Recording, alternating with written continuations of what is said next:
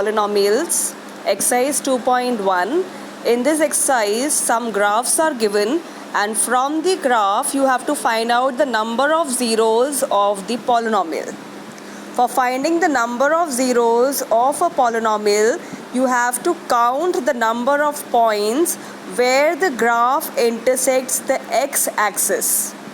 In the first part, the line does not intersect the x-axis. That means the polynomial has no zeros. In the second part, the graph intersects the x-axis at one point.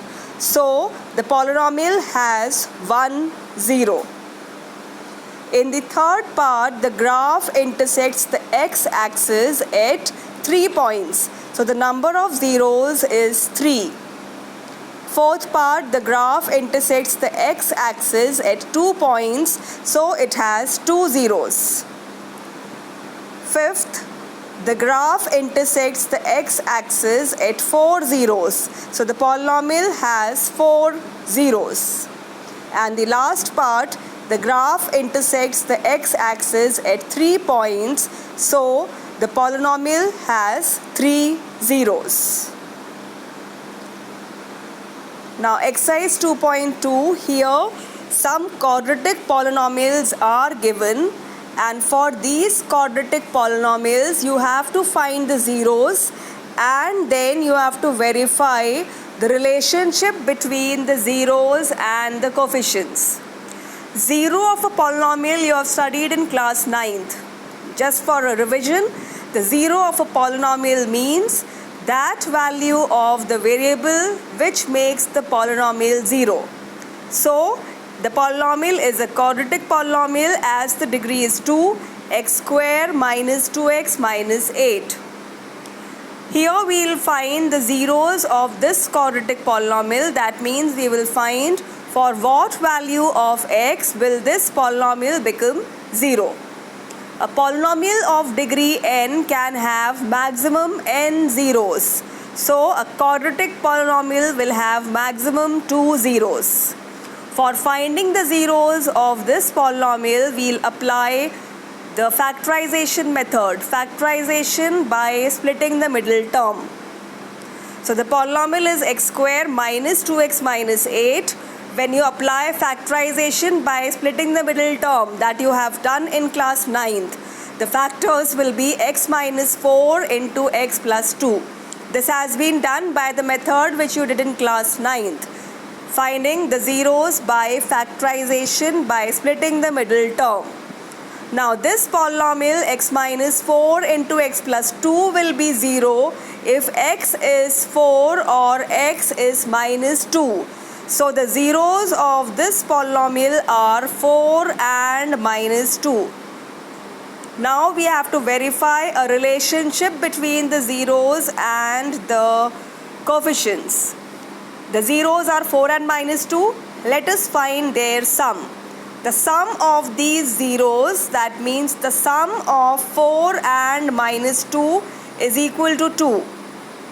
We have to verify that the sum of the zeros is equal to minus coefficient of x upon coefficient of x square. If you equate it to the general form ax square plus bx plus c in terms of abc, it will be minus b upon a. Now if you see the coefficient of x in the given polynomial, the coefficient of x is minus 2. The coefficient of x square is 1.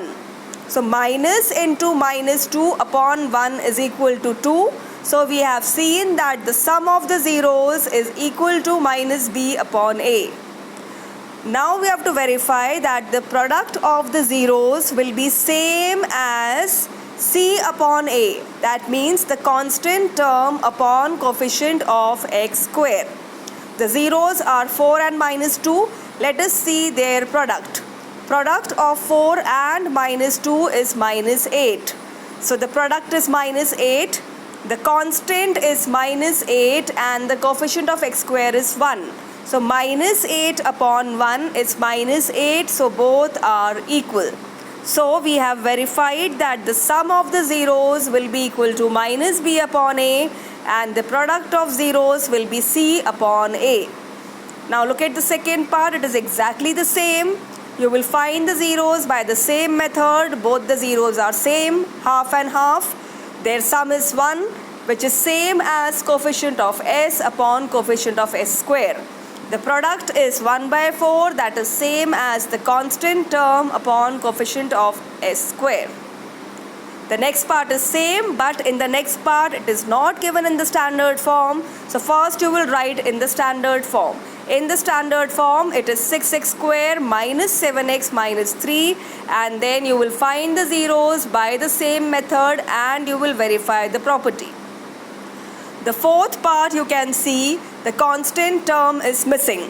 So here it is easy. You can take 4u common and it will be factorized. It will become 4u into u plus 2. This product will be 0 if u is 0 or u is minus 2. So the zeros of the polynomial are 0 and minus 2. Their sum is minus 2, which is same as coefficient of u with a minus sign upon coefficient of u square. The product of 0 and minus 2 is 0. That is same as the constant term upon coefficient of u square. So we have studied how to find the zeros of a polynomial, a quadratic polynomial. In the fifth part, it is t square minus 15, which is same as t square minus root 15 square. Applying a plus b into a minus b, it will be t minus root 15 into t plus root 15. So the zeros are root 15 and minus root 15. The sum is same as the relation. The product is also satisfying the relation. In the second question, we will study how to find a quadratic polynomial if the sum and the product is given. The sum of the zeros is 1 by 4, which is equal to minus b upon a. Product of the zeros is minus 1, which is equal to c upon a. Comparing 1 upon 4 with minus b upon a becomes 4 and b becomes minus 1. Comparing minus 4 upon 4 with c upon a, minus 4 upon 4 is same as minus 1. So a is 4 and c is minus 4. So the polynomial is 4x square minus x minus 4.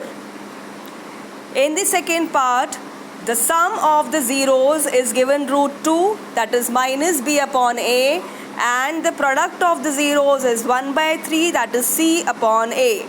So if you compare it with, if the second one is compared, you can see a is 3 and c is 1. Substitute the value of a in the first relation, you will get b and you will get the polynomial. So we have studied how to frame a polynomial when the sum of the zeros and the product of the zeros is given. Thank you.